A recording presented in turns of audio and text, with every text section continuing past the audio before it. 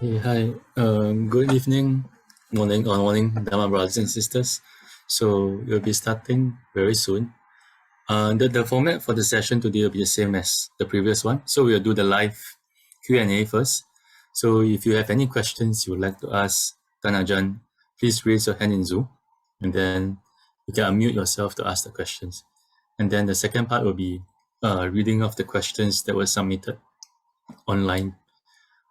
For the questions that were not answered previously, right, you can refer to the video in the Dhamma talk on YouTube that's called The World That We Live In is a Mirror of Ourselves. So those questions that we did not manage to cover the last session were answered in this latest Dhamma talk video. Yeah. So in case you're wondering where was your questions answered. And then if you have any questions that you do not want to speak directly to Ajahn, you can type out your question in the chat so I can read out your question from the chat as well. Let's all pay respects to Ajahn together. Bow. You're still here. So how many countries are there? I can't really tell. I mean, Singapore, Malaysia, Brunei. Then I guess the rest of you maybe can type in the chat where you're coming from. There's someone from US. That's 3 o'clock in the morning. Huh? So, okay, welcome everyone. Yeah. And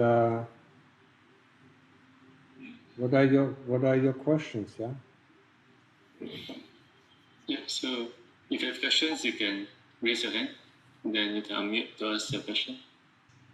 Okay. Maybe Joan, you can go first.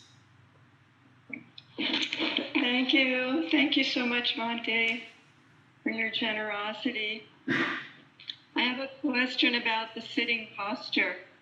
I've only started listening to you in the last month, and the idea of investigating pain is new for me. So what I've done in the past, right now I sit for 3 hours in the morning, and I have learned how to sit cross-legged. I always sat in a chair for years and years, but in the last 4 years I learned to sit cross-legged, but I use a back support and some cushions under my knees. Anyway, I sit for the first hour and a half, I don't have pain, and then I start having pain an hour and a half, sometimes longer. So what I've always done is then I change posture.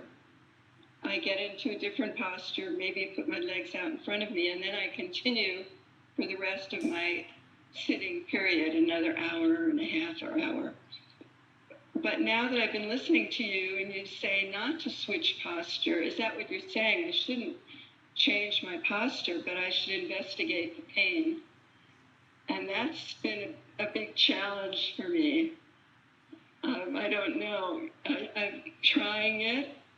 I had one session that sort of was a breakthrough, but otherwise I just have such intense pain. I changed my posture.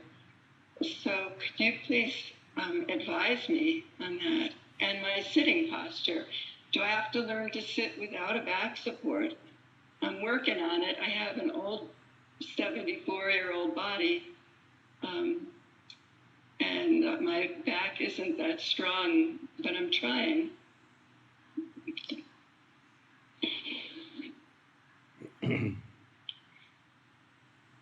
It's okay with back support, yeah.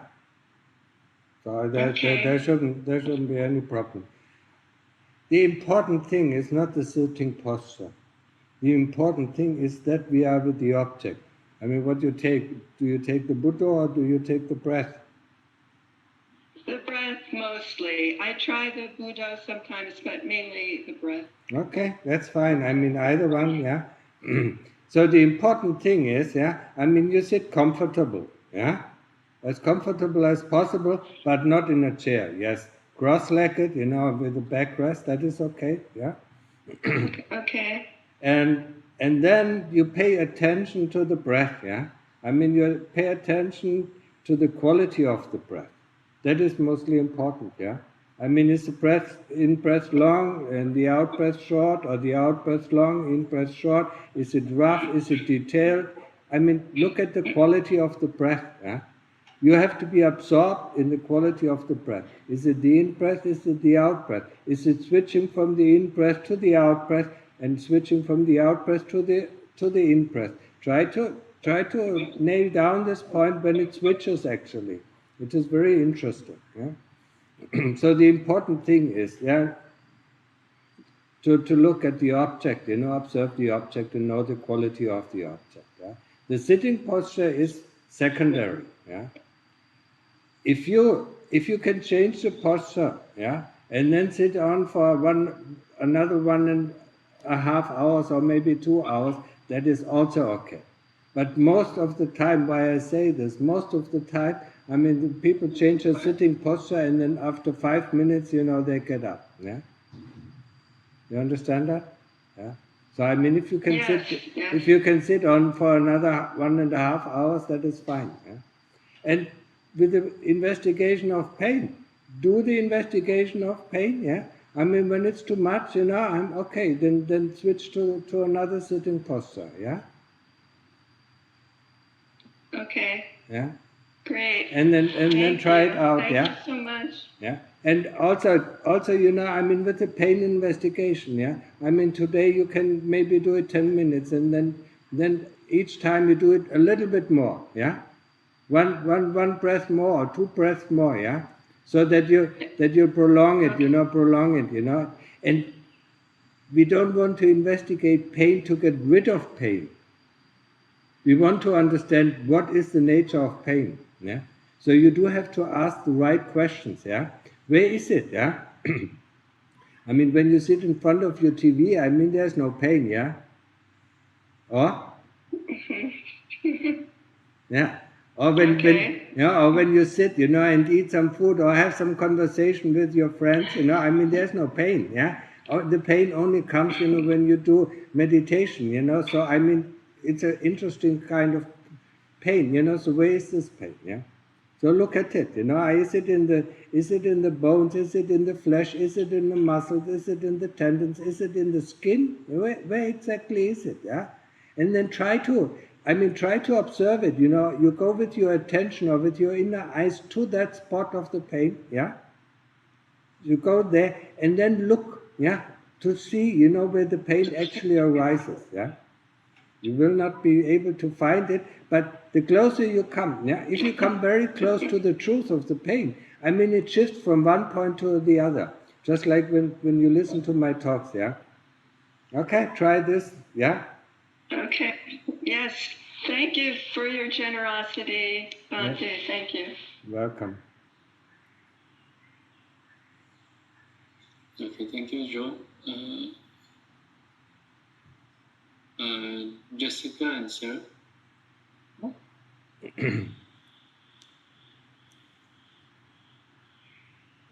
Hello, Ajahn. Hello. Our question is, so we practiced at a Thai monastery here in the U.S.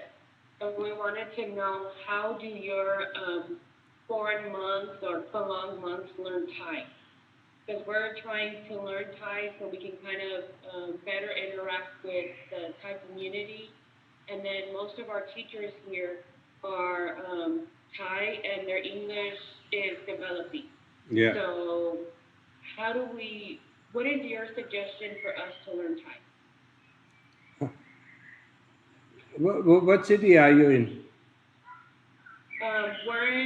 Right now we're in High Creek, Texas, but I'm from San Antonio. San Antonio, Texas. So I mean the monastery is somewhere in Texas, huh? Yes, in San Antonio. It's Wat Dhamma. How many Thai monks are there? At Wat Dhamma there's 2. And then there's another monastery, a larger one in Keller, Texas. about 10. But in Dhamma Puja, our abbot, his English is still developing, and the Thai community, there are some that speak English, and then there are some that don't. They speak only Thai. So we're trying to learn Thai for a couple of different reasons. Every time, like during like the rains, the abbots will give talks, but they're all in Thai. And so we really want to learn Thai so we can understand the abbots from like our sister temples. There's a few temples. There's one in Marble Falls, one here in Pike Creek, and then the one that is in San Antonio. All of their Dhamma talks are in Thai. So that's our reasoning trying to learn. We just want to know, like, what's your suggestion to learn Thai? I mean, get language tapes, or get books, and that is, or get somebody, who speaks fluently Thai, and speaks English, who can teach you, I mean, for us, I mean, we have a teacher, I mean, we have a lesson, I mean, she gives us a lesson in Thai, so we learn how to read, learn how to write, and learn how to speak, I mean, the pronunciation will be the most difficult thing probably for you, I mean, the 5 different tones, and to be able to distinguish this, that is rather difficult. But on the other hand, Thai is actually quite an easy language to learn, because it is a contextual language, It doesn't have the kind of grammar that, English or other languages have, So it is rather easy to learn, but it will take some time, especially with the tones, But, I mean, if you, listen to the talks that are given, to the talks that are given in English, I mean, for basic understanding, That is my suggestion, and on the side, learn some Thai, Okay? Thank you. Thank you, Ajahn.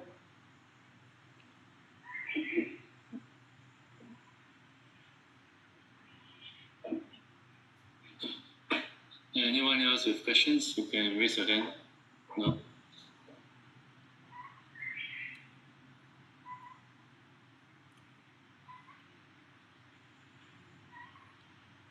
Yeah, Jivika, you can speak.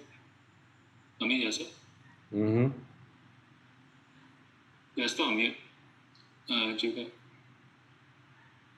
Sorry about that. Thanks, and hello, Ajahn, this is Jio from my question is like about the state of mind, I mean, state of, I guess, the citta in sleep. So, like, when I'm in, like, in your first like in deep sleep, you don't have any sense of where we are or where, I mean, there's no sense at all, no? I mean, or I guess the same applies to anesthesia, like where there's no awareness or nothing left. Like even in, like, I guess in access samadhi, you have the knowing. So what is the citta? I mean, what is the state of the citta in these kinds of, for lack of a better word, I use the word state, but I don't know, like, what is the state of the citta in these kinds of states where you're in deep sleep or like where you're under anesthesia? If you are in the deep sleep, it is similar, but it's not the same. I mean, appana samadhi. I mean, I call it appana samadhi. It's a state where the citta is in union. It is one. With everything. And it is very distinct. When you go in, it is one moment where you notice you go into the state, and the next moment, you go out. But in the meantime, from the beginning of going in to the end of going out, there can be hours past, And when you come out, the only thing that you know is you haven't slept. You were awake. Yeah. So what you experience there is the unity of the citta. Yeah. Or it is called also, or Lungta Mahabodhi called it, the preview of Nibbana. Yeah. It is the knowingness, the pure knowingness. Yeah. But knowingness that doesn't know objects, just is there. It's just there within itself. Yeah. Well, you can call it eternity or whatever you want to call it. Yeah. I mean, it is amazing when you come out. I mean, you think, what happened? Yeah. But you know that you were not asleep, yeah. And when you observed, observe the time, how long you were in. It can last for hours, yeah, or it can even last for days, yeah. But the only thing that you know is you go in and then you come out, yeah. But the longer you have been out, yeah, or the longer you have been in the state, yeah, when you come out, you will notice, yeah, how yourself is created, yeah. Because in the beginning you don't know who you are, you don't know where you are, and you don't know what you're doing. Yeah? So the self has to be recreated, because at that time, I mean, you're completely lost self. Yeah? At that time, it has to use memory and thoughts, to recreate the sense of self, who you are, what you're doing, and so on and so on. Yeah. That's why it is the state of mind is so amazing, yeah. I mean, it's really the preview of Nibbana, yeah. So I mean, try, if you can do it, go in there, and when you come out, look at it, how it is, because everything happens in slow motion, yeah. I mean, the mind is so sharp that it gets every mind moment, yeah. And this is amazing, yeah. Every mind moment, I mean, it catches on, it knows, it is aware of every mind moment. Actually, it might not take very long, to get reoriented and to recreate yourself. But you see every step of it. Okay? In the deep sleep, you don't know anything. So, I mean, that's why it's not very useful, yeah? Yeah? But you get the same kind of rest, normally the deep sleep, lasts for an hour or for 1.5 hours, yeah? But you don't get the same experience, yeah? As when you go into the deep state of samadhi, yeah? Okay? Thanks, Ajahn.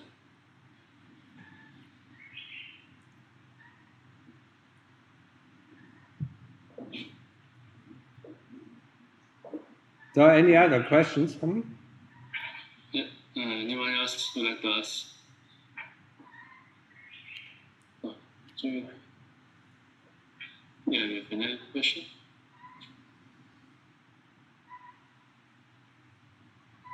Oh, can I ask another question if nobody else? Yeah, go ahead.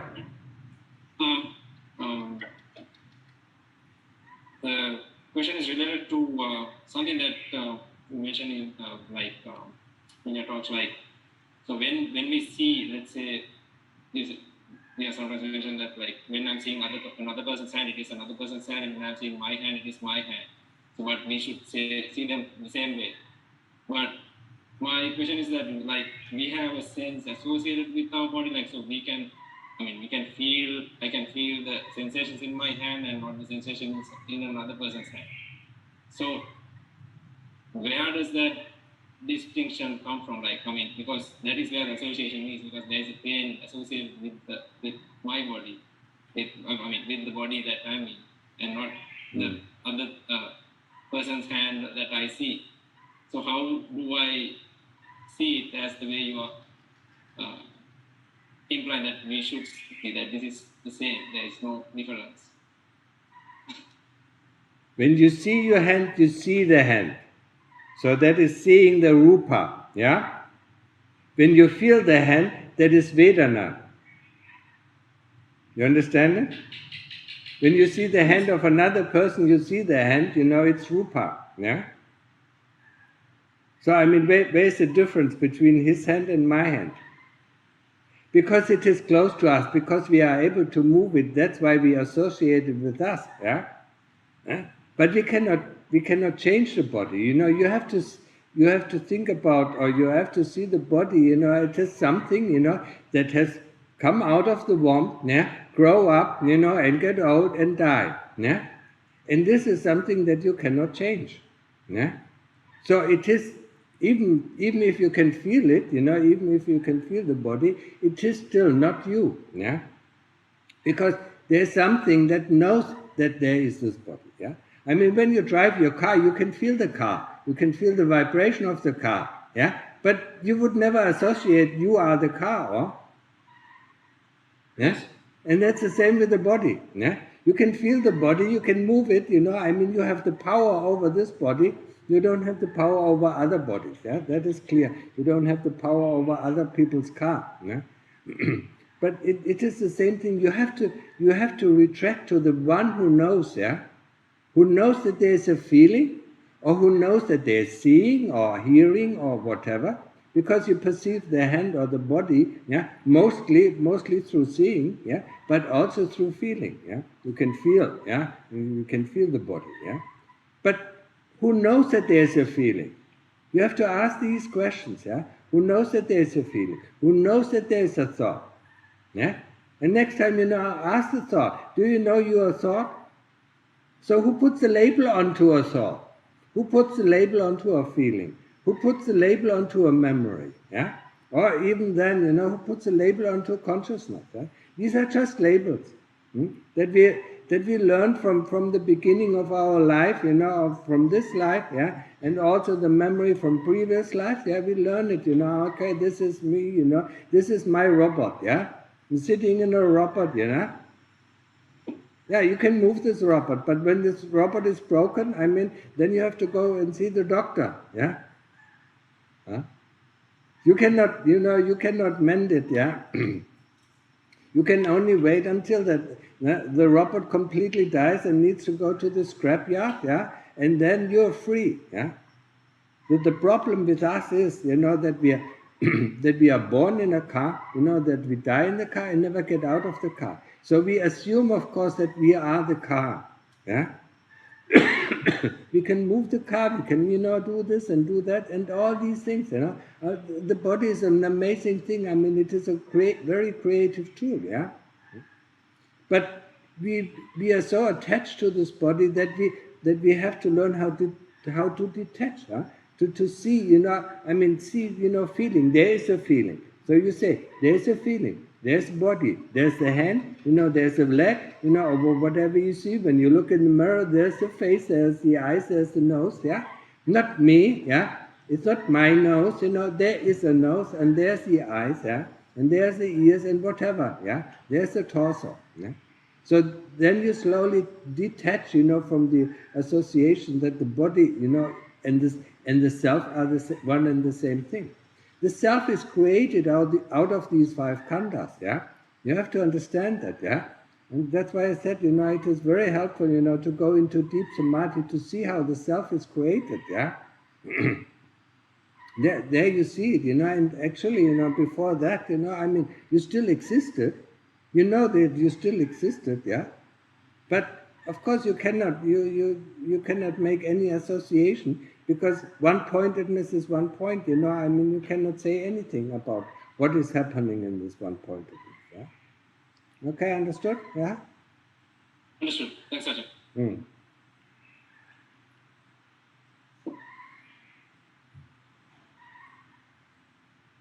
Anyone else with questions? Yeah, don't be so shy, ask the questions that are on your heart, yeah? Or do you just want to see me? Ajahn, there's a question in the Zoom chat, so we'll just read that first. Okay. Dear Ajahn Martin, thank you for guiding us patiently. My question is, when I meditate, I use anapanasati. Then when I sense increasing pain arising in my leg, sometimes I switch to metta meditation and I get into a state of peace and the pain went away. So I switch between metta meditation and anapanasati as long as I can sit and meditate as long as possible, which can be slightly more than 2 hours. Can Ajahn guide me if I'm on the right track? With gratitude, Ross. Well, you're on the right track when you think about it as the Western kind of meditation. Yeah, You're on the wrong track, if you think, this is the way. No, we don't want to avoid pain. And we don't want to mix up. Yeah? I mean, this doing the metta, getting into a peaceful state of mind, yes, it is helpful, but it's a peaceful state of mind. Yeah? What we want to do is, with the anapanasati, get the mind completely calm until thoughts and memories stop. Yeah? To get the mind concentrated, more or less, concentrated on one point. So we need this power of the mind, to later on to investigate. And one thing that we start investigating when we do anapanasati, yeah, is pain. Yeah? Just like I explained it before. Yeah? I mean, how do we investigate pain? We go with our attention instead of the breath, we go with our attention to the point of pain. Yeah? And then we see, yeah, anicca, anatta, dukkha. Yeah? So we see, anicca, yeah, it is impermanent. Sometimes it's stronger, sometimes it's not so strong. Yeah? Anatta, whatever I see, whatever I feel, there's a feeling. Just like I explained before, there's a feeling. So who knows about this feeling? So it is anatta, yeah. And dukkha, of course, it is painful. It's dukkha. Yeah? And then we look, then we look, yeah. Is it point-wise? It is area-wise. Where exactly is it? Is it, is it in the skin? Is it in the flesh? Is it in the tendons? Yeah. And we have to ask ourselves, yeah, why does it only happen when I sit in meditation? Why doesn't it happen when I sit 11 hours on a flight, to this country or that country, or 4 hours? Or why doesn't it happen when I sit, and have a conversation with my friends? Or when I eat, when I sit longer, yeah? Or when I watch TV, or when I watch a movie? Why doesn't it happen there? Why is there not such a strong pain? So the investigation of the pain is the sharpening, is the sharpening stone of our knife for investigation, yeah, for wisdom. Yeah? We need that later on, for instance, to investigate feelings. Yeah? Feelings, are more difficult to investigate. But the bodily feeling, yeah, there's a mental feeling. The bodily feeling is easier to investigate because it stays on there for a long time. You should be actually happy, yeah, because you have a very, very stable meditation object. Not like the breath that constantly disappears or the Buddha that disappears, and we have to bring it back. No, the pain stays on. So we can really concentrate on the pain, yeah? And if you want to do metta meditation, that is fine, but then only do metta meditation. If you do anapanasati, then do only anapanasati. And for anapanasati or the Buddha meditation, the only exception when the pain becomes so strong that we cannot concentrate on the Buddha or on the breath anymore. Then we are allowed to investigate. We don't want to mix these things up because we don't get any results. Huh? We want to know what is calm meditation, how does it feel, where does it lead to. We want to know what is investigation that leads to wisdom. And for investigation that leads to wisdom, we have to ask questions, yeah? The right questions. So what is pain? How does it feel like? Feel the pain. We always avoid pain, and that's why you go in metta meditation, and that's not good, yeah? We want to understand what is pain, yeah? Because at the moment of death, you will have to face pain. Yeah? Or most of the time in your life, you will have to face pain where you can't evade. Yeah? So don't evade. Yeah? Don't evade the pain. Face the pain. If you can't take it anymore, then raise the white flag and say, okay, kilesas, I can't take it anymore. It's too strong. Yeah? I get up or do something else. Yeah? Be aware, I mean, the meditation, I mean, our kind of meditation in the Theravada tradition, or here in the tradition of Lumpuman, yeah, is a spiritual warrior. We are fighting, yeah. We are fighting, so we want, yeah. And when we have to retreat, we are clear that we have to retreat. Yeah? There's no problem with retreating. There's no problem with giving up. But not just giving up, by doing this or doing that. Know that we are giving up. This is really important, yeah? Okay, I lost this battle, yes, and we will lose so many battles, yeah. But each time, there's a nice example. There's a nice example that Lumta Mahabua always brought, yeah. He compared meditation with going into the boxing ring with the champion, yeah. The champion is avijja, yeah. So I mean, you go in the boxing ring, he instantly kicks you out, yeah. So you go again in, yeah. I mean, you constantly lose, yeah. You go again in, he kicks you out again. You go again in, he kicks you out again, and so on, yeah. Until you can stay a little bit longer, and then you can observe, how the champion deals his blows, yeah. And then the first time happens, where you can duck one of these goals, yeah? One of these blows, yeah. And then the next stage is, where you can give the champion a blow, yeah. And that is very interesting, because he will be knocked out, yeah, for a while, yeah, maybe for an hour, maybe for a day, yeah, and then he comes back, yeah, and then you see how it is, how it is when you stand in the boxing ring with nobody, attacking you, because we are attacked all the time, yeah. We are attacked constantly by our thoughts, by our memories. This I should do, this I should like, this I don't like, this person is good, that person is not good. He constantly attacks us, yeah. So we should know these things, yeah. We should not mix up investigation, yeah, and anapanasati. Leading to calm, anapanasati is calm meditation or samatha meditation. In samatha meditation, we just want to have calm. If you want to do metta meditation, that is fine, yeah, but there's no point in it. Metta is in the heart, yeah. It's always there. Yeah? We just have to look. That's where it is. Yeah? People in the West often, have a certain understanding of what metta is, and then they spread it throughout the whole world. Yeah, but that is just their imagination of metta. Yeah? Metta is in the heart. If you want to see, everything is in the heart. Happiness in the heart. Peacefulness is in the heart. If you want to really know the true feeling of happiness, then you go into the heart, there it is. If you want to know the true feeling of peacefulness, there it is, in the heart, yeah? That's where you go. Hope it is understood, yeah? Yeah, so Ross, if you have any follow-up questions, feel free to ask. So there's another question from Jessica and Sarah. Want to go ahead? Once again, my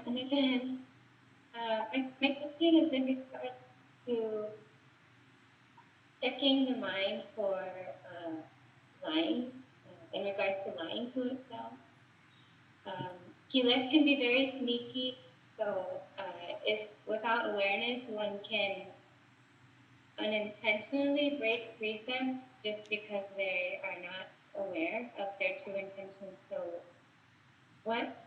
is there a set of questions that you recommend for one to check, just to constantly check themselves to make sure that they are doing the right thing? The Sila, Samadhi, Panya. So these are the three things that is the way out of dukkha. Sila are the 5 precepts. Samadhi is the ability to concentrate. And wisdom is the ability to understand what is going on. All these three, yeah, you cannot develop only Sila. Yeah? You need Samadhi to be able to see what is going on, where you make your mistakes. Yeah? Without this sati, without this awareness, you will not be aware. So you will have to raise the level of Samadhi to be able to be aware of what is going on in your heart. Yeah? But you also have to raise the level of panya, of wisdom, yeah, to be able to understand that what you just did, was not right. Yeah? Because Samadhi alone does not show you if it was right or wrong. Yeah? It's your heart that knows if it was right and wrong. Yeah? So I mean, you have to develop all these 3 faculties. Yeah? I always say, it is building our way to freedom is building a house on 3 columns. Yeah, Sila, Samadhi, and Panya. Only if it is, raised at the same time. Yeah, more or less at the same time. So sila is raised, samadhi is raised, and panya is raised. Then you will understand. Then your awareness will catch up. But for the beginning, last time I was talking, I think in the last talk, I gave, was talking about the daily reflection. Within the daily reflection, if you do that in the evening, you will know where you went wrong or where you were okay. So do the daily reflection. But as I mention often, or as I say often, don't judge. Don't judge if it was good or bad. Let the heart decide if it was good or bad. Don't put a label on it. This was good, this was bad. The only label that you can put on, this I did not see very clearly, let's try to be more aware the next day. Okay?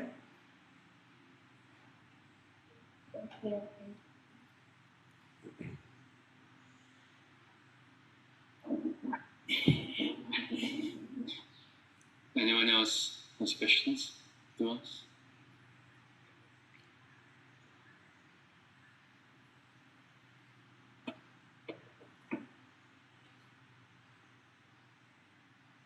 If not, I move on to the questions submitted online.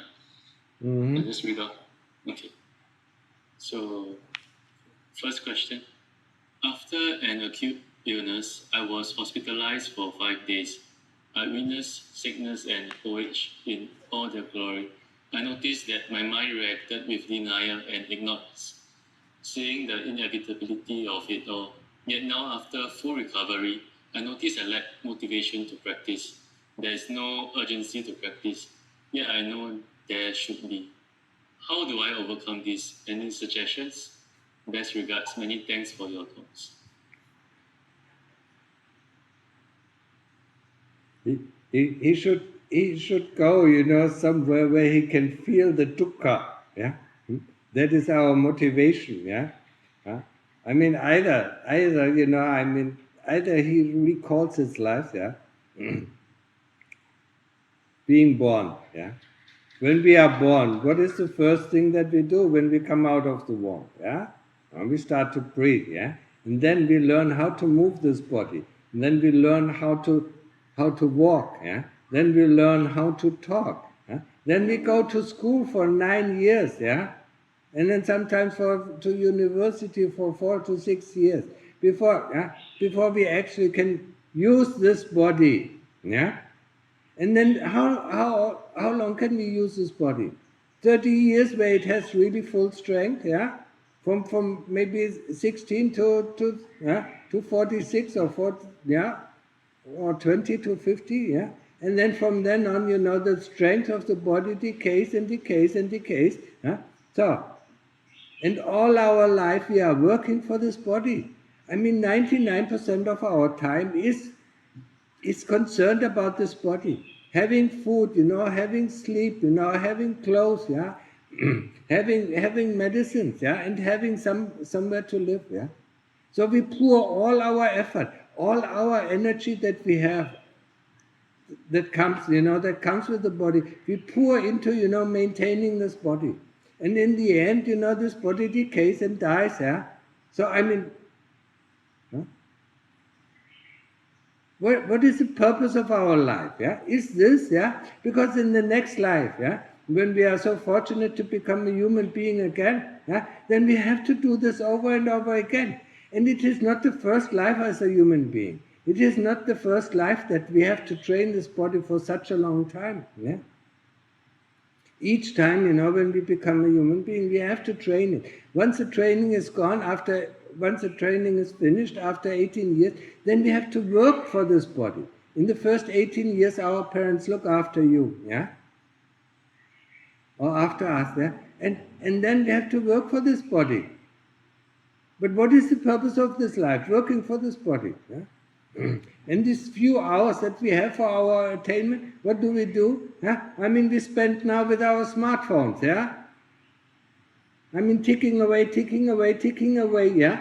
And nobody noticed, how much excitement, be it positive excitement or negative excitement, comes through this activity, I mean, just reading the comments on your last message, sometimes you're excited and then next time you get angry.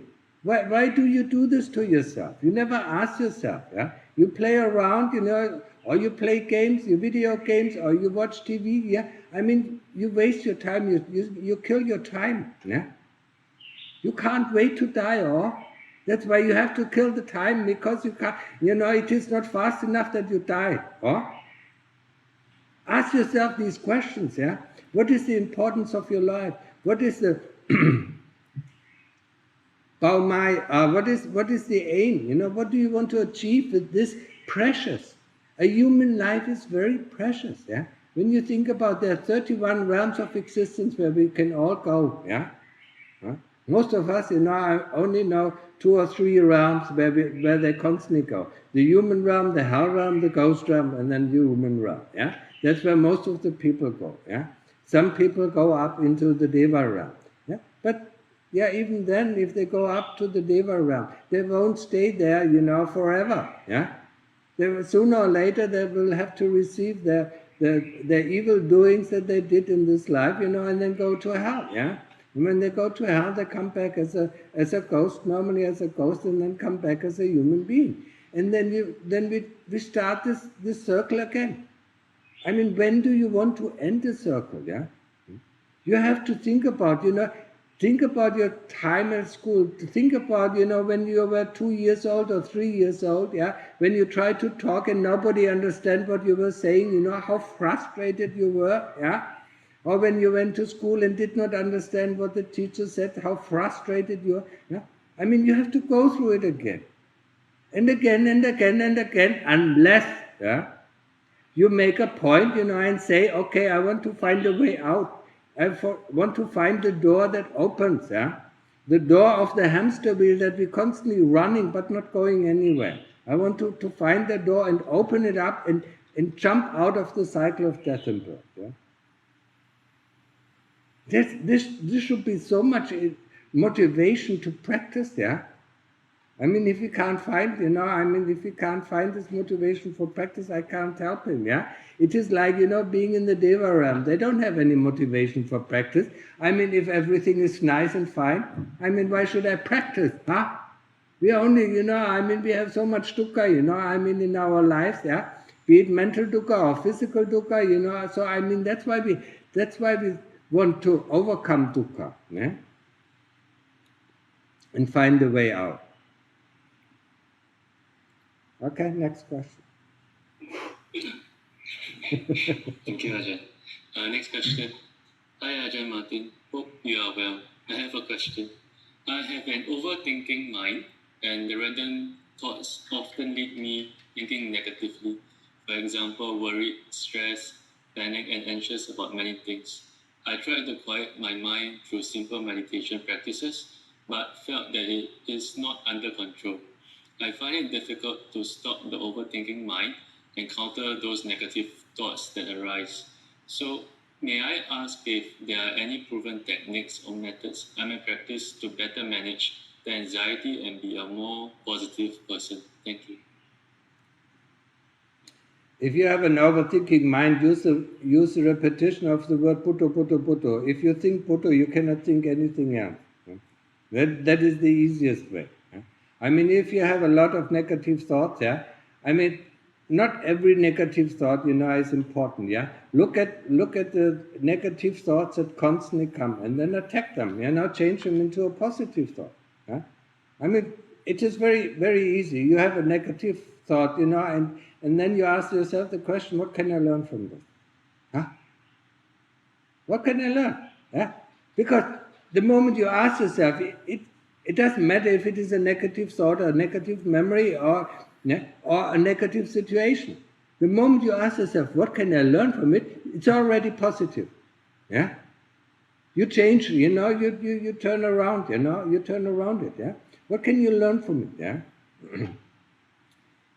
These negative thoughts, lots of people, especially in the West, have this. Yeah? I mean, they can't accept themselves. Yeah?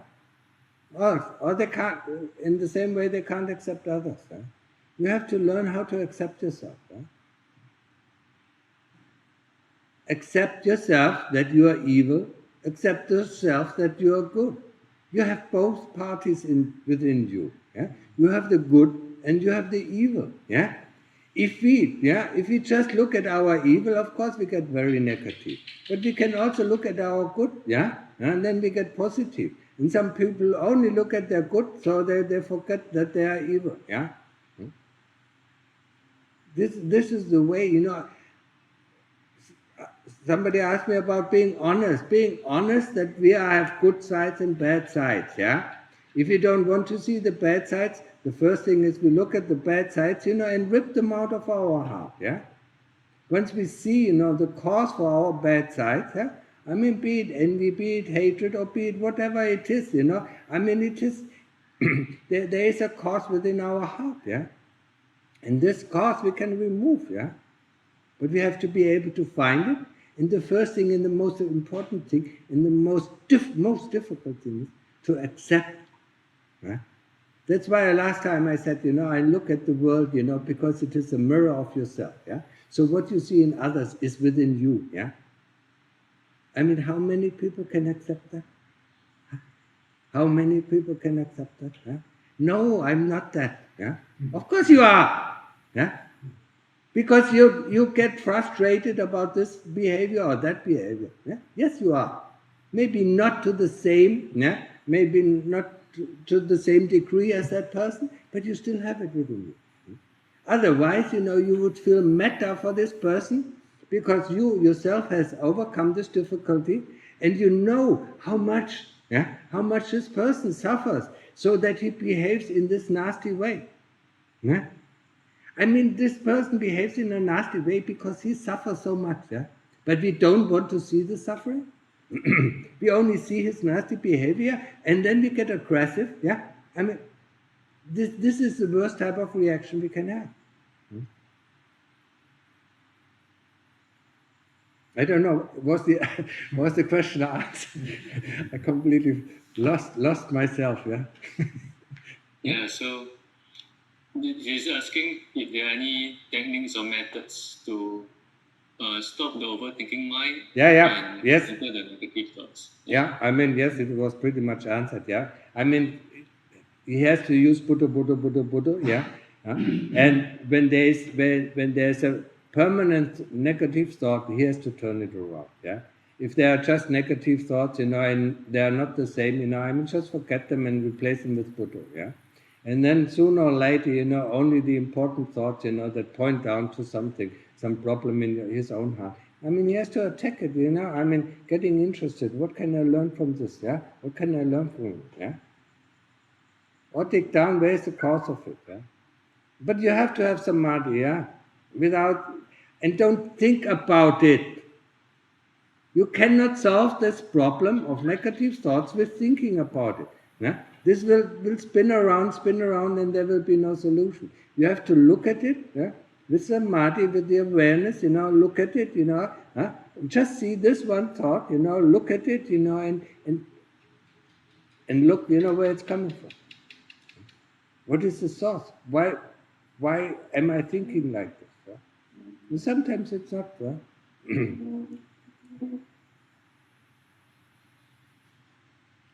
Okay, sit down. Yeah. Where are you from? Latvia. Huh? Latvia. Latvia. Okay, so next question. So next question. How come we are all in the same present? What does it mean? How?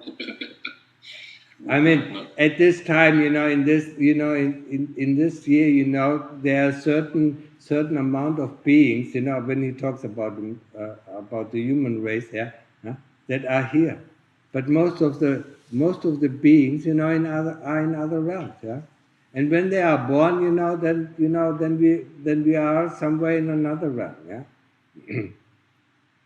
How are we in the present? We are always in the present, yeah? No matter if we are human beings or ghosts, or animals or in the hell realm or wherever we are, yeah? We are always present, yeah? Unless, we find a way out, where we are not present anymore. But we're still there. Strange question. She should have a follow-up question, yeah? Or he, yeah? So next question. And the other is from the same person. Could I live 10 seconds in the future if I knew how? Could you live in the future? Yeah. I mean, if you're good at samadhi, you will know the future. The future is here, yeah. Just like the past is here. When you go into Appana Samadhi, the future and the past are one and the same thing, yeah. In the present moment, yeah? Because there's no time, and it's always there. Yeah? So some people can see the future. Some people, 10 seconds. Why does she want to see the future? Yeah? To program herself, yeah, to be stupid. Because that's what people do, yeah. They want to know what is happening in an hour, so that they can prepare themselves, yeah.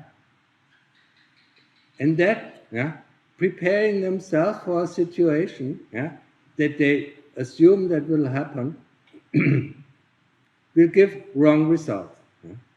Being aware in every moment, yeah, gives the best result, and we don't make any mistakes, yeah, because we are aware of all these opportunities. If we think about it, what is happening in 10 seconds or 10 minutes, yeah, right? We program ourselves, to react like this or react like that, what we think is the best reaction, yeah? And it is always the worst reaction that we can, yeah? Because we don't know what is happening. We only see one side of this, yeah, future, yeah? We don't see all the other opportunities that we have in this moment, yeah? Just like us, just like we live our life, yeah? We work, we go to work, we see only, we are so tunnel viewed, yeah? We don't see all these opportunities, yeah? That are happening every moment, yeah? That are open to us, yeah? And that we don't choose because, we are already in the future, yeah? When we go to our office, yeah? When we go to our office or workplace, we are already in the future. What am I going to do there? We don't see anything that is happening on the street or in the car or whatever, yeah? That's why I said deprogram yourself, and be free every moment present, yeah? That's the best way how you can live, yeah? And then you don't need to know the future. Yeah? And that's no purpose of it. Okay? Okay. Next question. This one. Okay. So, in a Dhamma talk with disciples, Ajahn Martin dresses simpler than when collecting alms or during mealtime, when he's dressed more traditionally. Shiparo, what is the reasoning behind it? Can Ajahn please explain how the Buddha or Thai monks approach the Theravadian monk dress code? Thank you. When you go on arms round, it is in the Vinaya, yeah, how you dress, yeah.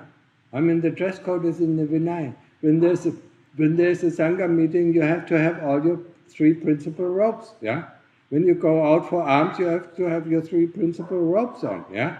But when you are in the monastery, when you do meditation, there's no need, yeah, to have your 3 principal robes, yeah. When you sometimes see me in the evening talks, yeah, after the Piyadhammo, of course, then we have our principal robes on, yeah. But now it is not necessary, yeah. If a monk comes, then I might put my jivan on, yeah, or I normally put my jivan on, yeah, because it is nice and polite way to greet somebody. But here in the monastery, we are free to dress the way that we like, yeah.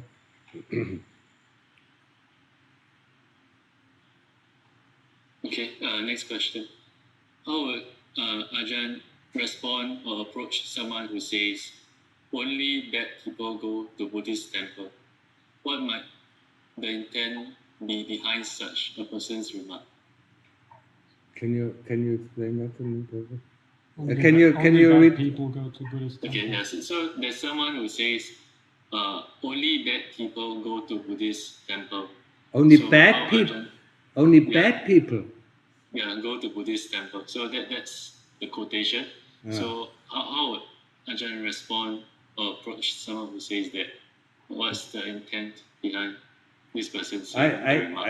I don't know, because he probably hates, he hates Buddhism. I don't know what his intent is. Yeah, I mean, I have to meet the person who actually says it. Yeah, but I would smile and ask this person, why does he think like this? What is the reason? Like, in case, like, if you're a good person, you don't need to go to the temple.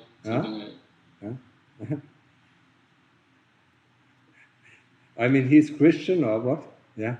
The good Christian don't need to go to church. Only the bad Christians need to go to church. I mean, this is. Yeah. I mean, I don't know. I can't say anything. I would ask the person, why does he think like this? Yeah. I mean, there's no reason behind it. Yeah? And there's no good person and there's no bad person, as I've explained before. Yeah. Every good person has a very bad side. Every bad person has a good side. Yeah. Yeah. So I mean, going to a temple, to get better over the time. Yeah. But anyway, I mean, I just would smile, and push it away. Yeah. Just like when they say, I mean, Ajahn, you're full of shit. That's that. Yeah. Why do you think like that? Yeah. Yeah. Or you're arrogant. Lots of people think I'm arrogant. Yeah. Why do you think like this? I mean, tell me, explain me. Yeah. I'm not getting angry at this person. Yeah. I just want to understand why he thinks I'm full of shit. And when you ask them the question, they don't know the answer. Huh? Even when you ask them, I mean, when they say, oh, you're so arrogant, why do you think it? Give me some example.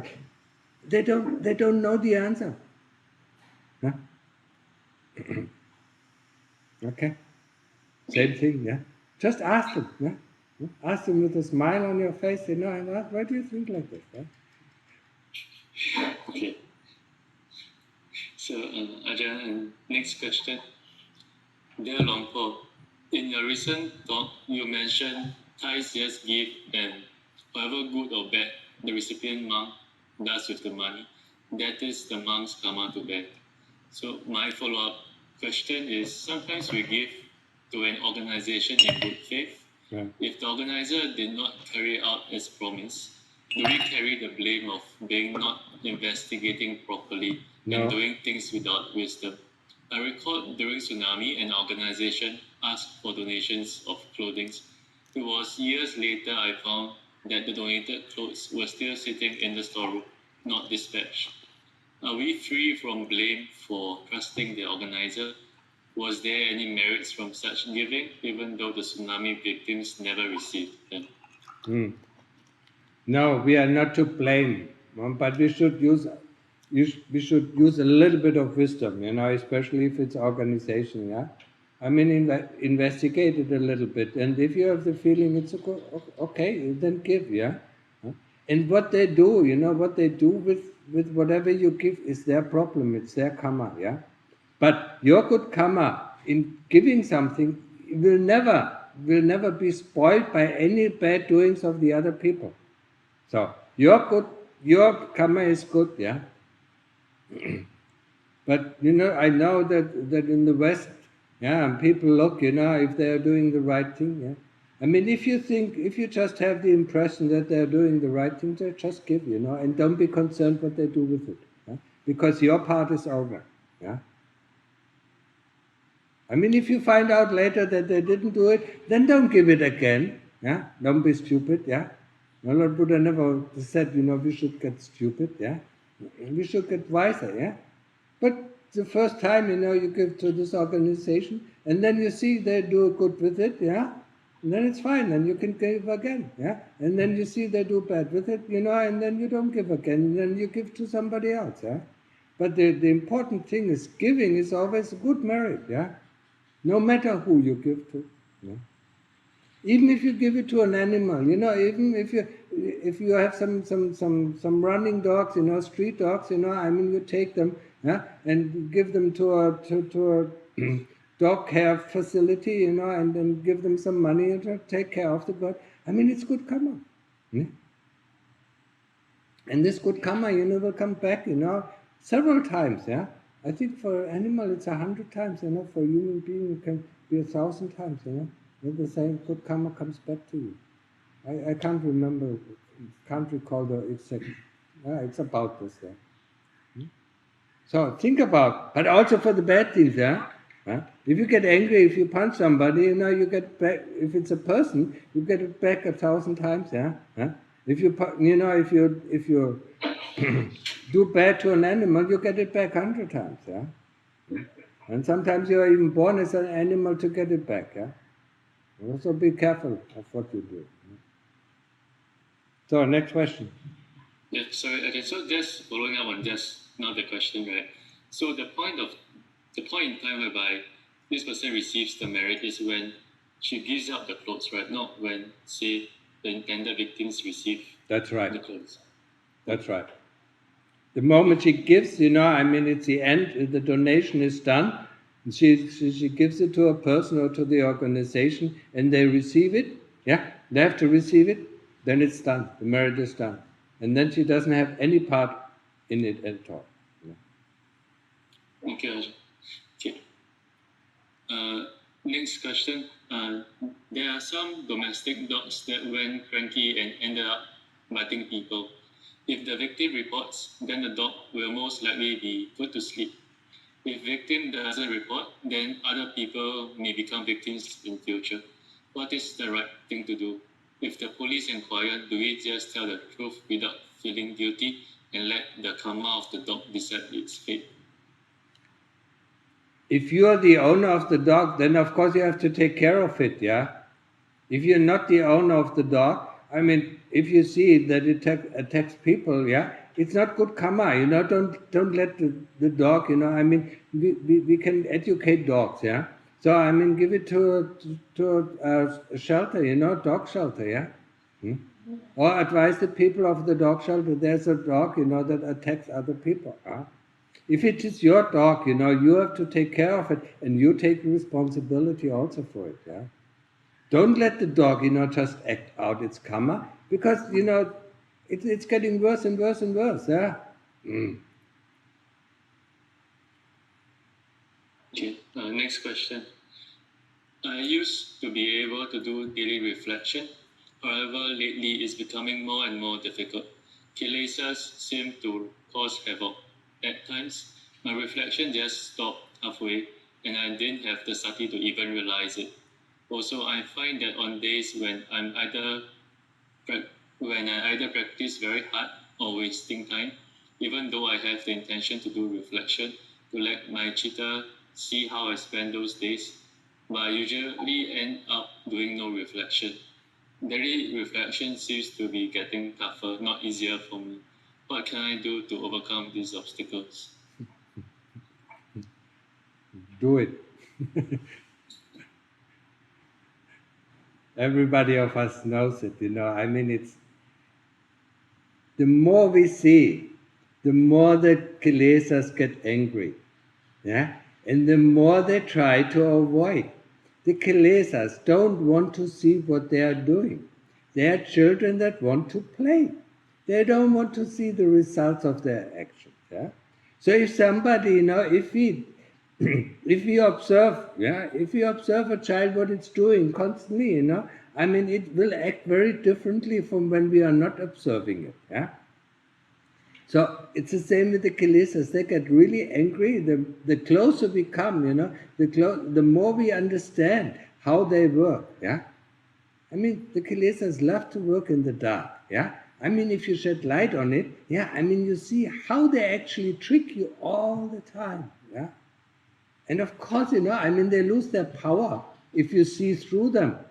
If you see through their tricks, they lose their power. They cannot pull you anymore in this direction because you have seen through it. So that's why they put up so much resistance to this kind of investigation, of this daily reflection. So you have to overcome it. That's the only way. You remind yourself. Yes, it happens here also to the practitioners. When I ask them, did you do your daily reflection? What was? Oh yeah, there was something like this. because of the kilesas that I want to see. So, I mean, think about it. I mean, the more difficult it is, yeah, actually, it is a good sign, yeah, the more you see, yeah. Because the more they put up the resistance, the closer you look at their tricks, yeah. So it's actually a good sign, so continue, yeah.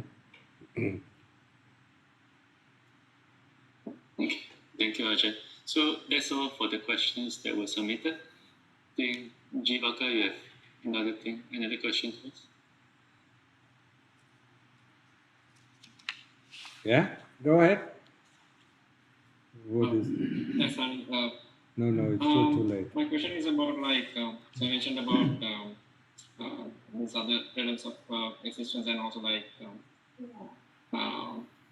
also like to know what to do to get access past memories. I can get to a state where that I don't have any thoughts or memories, and I have very good, I guess, kind of samadhi, but I don't. I'd like to know how to access these memories, like the past life memories or other realms of existence. What do we need to do when we are in a state of samadhi? I mean, I guess we can't do because we are in samadhi, but how do we get into accessing these other realms or past life memories? If it is important, yeah, I mean, we have to develop it. The daily reflection is the best way how to develop your memories, yeah. That's where you can develop it, and the more you develop it, the faster they come up, yeah. I mean, they are stored somewhere, yeah. You need to have to access to them. What you can do is, when you come out of samadhi, yeah, or before you even go into samadhi, yeah, if you have a specific memory that you want to contact, yeah, then before you go into samadhi, said, I want to contact this memory when you come out of samadhi, yeah, and then try to contact it, yeah.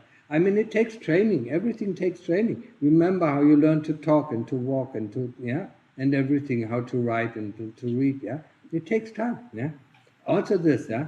Also go back, I mean, to use the memory. Go back, go back this year, yeah. I mean, what was happening this year, yeah, and then go back last year, 1 year ago, and then go back until you come to the day of birth, yeah, and then see what's happened. Maybe you can go, you can go and see yourself, while you're in the womb, or go back into the last life, yeah. Some people are able to do that, yeah. It's all in the memory, yeah. But this kind of memory is not in the brain, yeah. This kind of memory is in the heart, yeah. The heart has all the memories of everything what you have done, in these billions or trillions of lives that you have lived, yeah. It is the way how to access it. And the way, the way to access it is actually through samadhi, but also through training your memory through this daily reflection, or going back in time. What did I do last year? What I did do, this year, the year before and before, until you come to your school years, and then until you come to your kindergarten years, until you see how you learn to walk or how you learn to talk. And then these memories will come up, yeah? And then you can address them. Okay. So that means that I have to do them concurrently, right? I guess try to remember what I've done previously, and also do the samadhi, and then they will come together, and then these things, I mean, recollection. I call it recollection. Going back in time, of your life.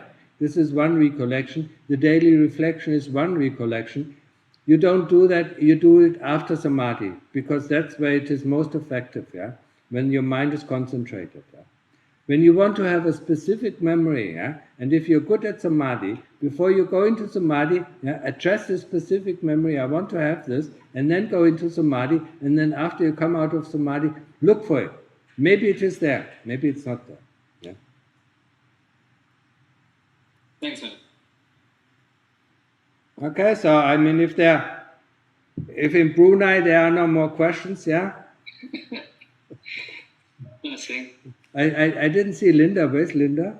Linda is here.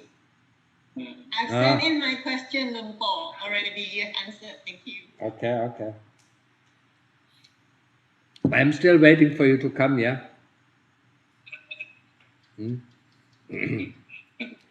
I mean, being afraid, I mean, yes, we are born to die, remember that, yeah? Sooner or later, every one of us will die, yeah? So make the most out of it, yeah? And just sitting there in Brunei, it's not so helpful, come over to Thailand, yeah? Afraid of COVID, yeah? COVID is gone, huh? Even Bill Gates stated it, we were wrong, it's just a flu that, I mean, bothers old people, and the death rate is not so big. I mean, I just saw a clip, on YouTube. I mean, they, just like the Kilesas, they constantly fool us, they constantly trick us, yeah? And now they're going to trick us with this monkeypox, yeah? And then everybody has to get 3 shots for the monkeypox, yeah? And after this monkeypox, goes out, and then the next one, and then we have to get 3 shots for this, and we have to get 3 shots for that. I mean, never ends, yeah? The pharma industry is very clever in inventing every year's new kind of illnesses, that they can cure with some sort of pharmaceutical, yeah? Pharmaceutical, yeah? So, don't fall for this, yeah? I mean, if you fall for your kilesas, I mean, of course you will fall for the tricks. They use the same thing, and they studied how the kilesas work, yeah? And they use it to trick you, yeah? And, oh, so afraid, so afraid, so afraid. We die we die only one reason, yeah? And this reason is because our karma is gone. Our karma, our karma being a human being, is gone. Yeah, we used it up, yeah, and that's why we die. Yeah? The Lord Buddha never said we die because of heart attack, of cancer, of whatsoever, yeah, of a stroke, yeah, or of this sickness or that sickness. We die because only of one reason, yeah, because our karma, yeah, our karma to be a human being is at its end. That's why also devas die, and that's also why beings in hell, I mean, the moment they used up their karma, they come back. That is the only reason, yeah. Being so afraid of all these things. Huh? Why are you not afraid of doing bad, evil? Huh? This you're never afraid. You're always afraid of death. Huh? Or you're afraid of pain, yeah? Huh? But you're not afraid to do evil. Yeah? I mean, if you would be so afraid of doing evil like you're afraid of death, I mean, this would be a great thing, yeah? Okay? So, I mean, then join the classes, yeah? If there are no more questions, yeah? We have time for one last question, I think. Someone raised a hand. Hold on. Joy, you want to go ahead? Yes. This is a great opportunity. I'm grateful. I'm talking about the health. I'm wondering how much energy should I put into taking care of my physical body, taking vitamins, going and exercising. I want to be strong and healthy. But how much focus should I put on eating enough protein, working out? This is all the Western. All those things. This is all the Western approach, With this, I can only give you a sort of guidance, yeah. I mean, if you're good in meditation, yeah, look at the food that you eat and look how the body absorbs the food and how it feels afterwards, yeah. This is the best way. Don't look for other people, what they are doing, yeah. You have to look. You have a special body that reacts to special things in a very certain way, yeah. You know it from people. People have this kind of allergy. This people have that kind of allergy if they eat this food, and we actually grow healthy if we eat the same kind of food. Yeah, I mean, just in the Western, there's a saying: one man's poison is the other man's medicine. Yeah, have this in mind. So you have to look. Yeah, I mean, what we're doing here is, I mean, we have the time, to look at the food. How is this food processed? how is this food, giving us strength, or how is this food, giving us strength for our immune system, yeah? Don't look too much, what other people are saying, when you're good at practice, yeah? Of course, if you don't practice, then you have to listen to these people, yeah? Yeah? They have a rather good understanding of what is happening in the body. But we as meditators have a much better understanding of how the body processes this food, yeah? How the body, deals with the food that is given to it, yeah? And you actually would know, today you're craving for this kind, for this kind of food, yeah? So maybe it is good for you, yeah? Then eat it, and test it out, yeah? And look, if it is really good for you, yeah? So if you're really aware of what is going on within your body, you don't have to ask other people, what you need to eat, yeah? It gets so confusing listening to so many different voices. Yes, and that is the same thing, and it's not only with the doctors, and it's also the same thing with the Dhamma teachers, yeah? You get so confused because this person says this person said that, In the end, you don't know, yeah? And maybe even they say the same thing, some of the people, yeah? like the Thai people, I know quite a few Thai people, who went to see this kind of Arahant, that Arahant, and everybody teaches something different. But in the essence, it's all the same. But they understand it differently, and then they get confused and they can't practice at all. Because every time they, oh no, this teacher said this, that teacher said this, now what shall I do? Yeah? Because they didn't get the essence of it. Yeah?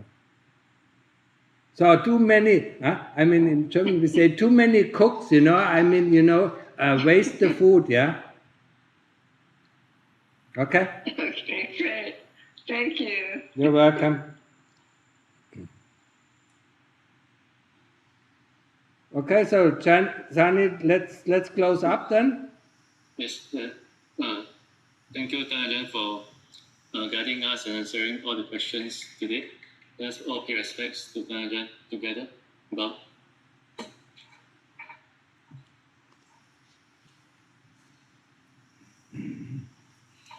Okay. Thank you, everyone. See you, Ajahn, next time. Okay. And practice then.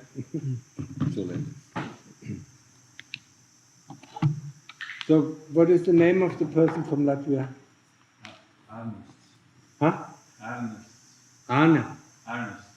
Ernest. Ernest. Oh, Ernest. Yeah. He has been here before, yeah? Yeah. Okay, you make the mind calm. Stick with the Buddha, hold, it is your lifesaver, you have to catch on, yeah? Otherwise the mind goes off in thinking, Use it as a lifesaver, yeah?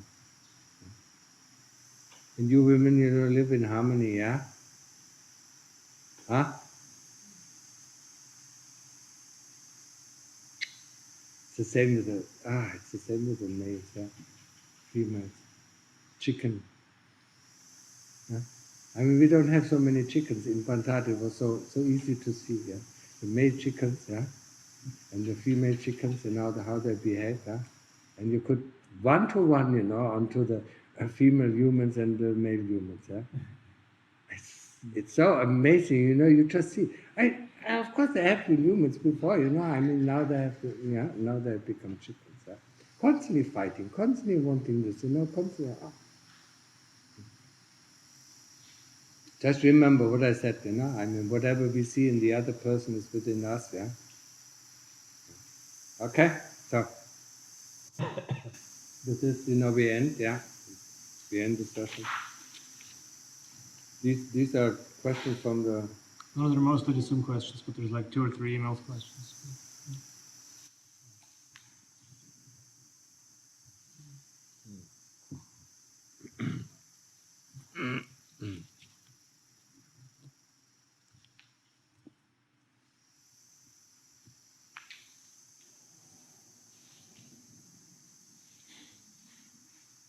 Und nicht immer nur mit dem Halbohr zuhören. This is so, I mean, we hear the first half sentence, and then we conclude what is the rest of the sentence. Yeah? We don't listen to the whole sentence. Yeah?